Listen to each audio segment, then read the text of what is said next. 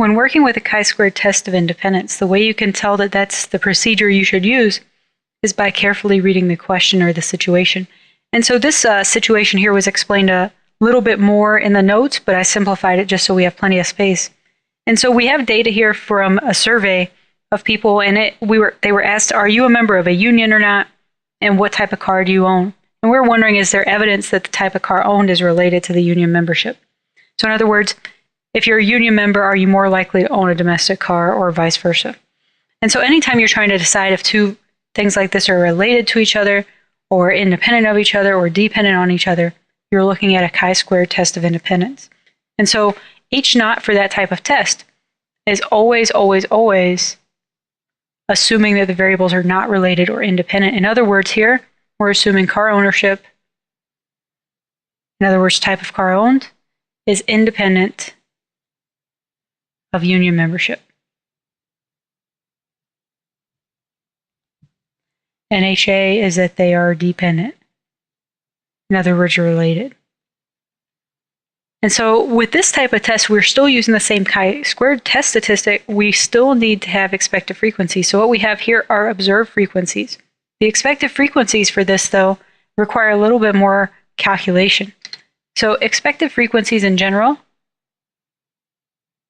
are found by, and they're represented ERC, so that's row, column. And so it's the total for the row R times the total for the column divided by the overall total. So we need to calculate this for each of these cells, for each of these expected or observed frequencies we have here. We need expected frequencies. And so I'm going to go ahead and calculate a total and save myself some time. If I go ahead and do totals for rows and columns, we'll make this way quicker. And then I'll have an overall total down here. So, okay, 155 plus 470, I get 625. 40 plus 325, I get 365. 155 plus 40, I get 195. And then 470 plus 325, I get 795. And that gives an overall total. So this should add up to, in the same thing over here, of 990. Now that I have that information, I can go ahead and start calculating the expected frequencies for the different spots. So E11 represents the first row, first column. So first row, first column would be 155 is what we observed. And so the expected for this would be the total for row 1, so 625, times the total for column 1, 195, divided by 990. And when I calculated that, I got 123.11. Now, usually these are represented in the table in parentheses. That's just a very common way that computers put it out. So I'm going to go ahead and add that to our table.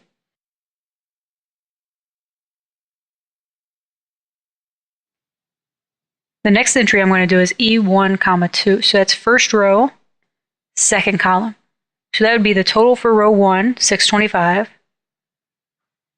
times the total for column 2, 795, divided by 990. And when I calculate this, I end up with 501.89. Okay, so first row, second column, 501.89. So remember what this represents. This is the expected frequency under H naught. So if these are independent, this is based off of the idea of what happens with multiplication when you have independent events. And so we would expect to see these numbers, and we're comparing them to what we observed. Now I'm going to do E21. So this is row, column. So second row, first column. So the total for row 2 is 365. Total for column 1 is 195. And then I divide by 990. When I calculated this, I ended up with 71.89.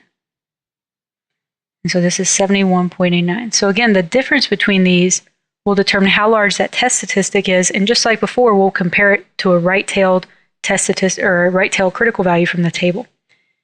And then I have E22, second row, second column. So that would be total for second row, 365, times the total for the second column, 795, divided by the overall total, 990, and I end up here with 293.11. It's important you should make sure you get these exact same calculations, so I add that to my table. So 293.11. Once I have observed and expected, then the next step is always to get my test statistic, and then I can complete my hypothesis test like any other test. So let's go to a clear screen where I have everything set up for us. As you can see, it's the values we just found. And remember what our H0 and HA are.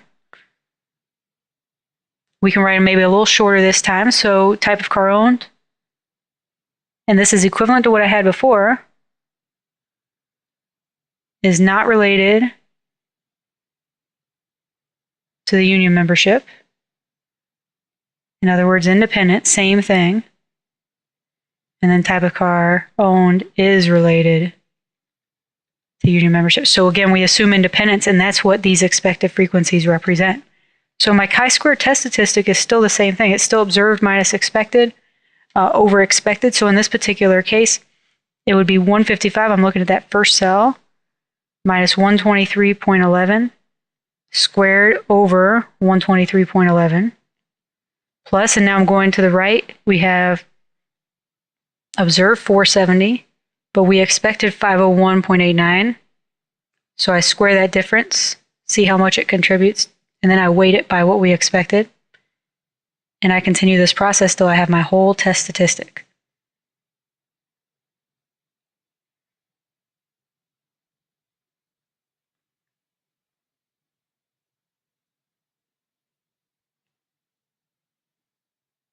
So the bigger the difference here, the more it will affect the final value of the test statistic. And so I went through and went ahead and calculated this ahead of time. Obviously, you should make sure you get the same thing. I got 27.91. 27.91.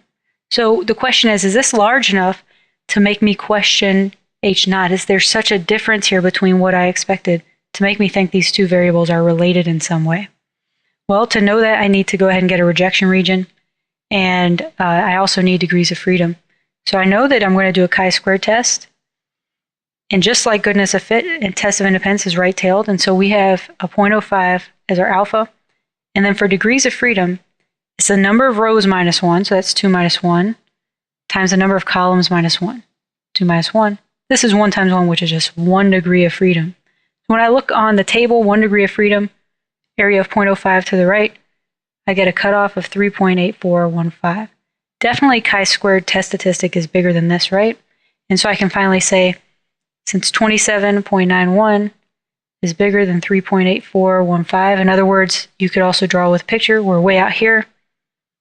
I reject H0. And I say, yes, there is evidence the two are related. In other words, we're seeing in this data an influence of union membership on car ownership. Now, we don't know how that's occurring, if one's actually causing the change or what. We're just seeing a relationship between the two. So as you can see, this test is very related to what we did with the goodness of fit test. It's the same general idea, but how we get our expected frequencies is a little different, and the degrees of freedom is also different.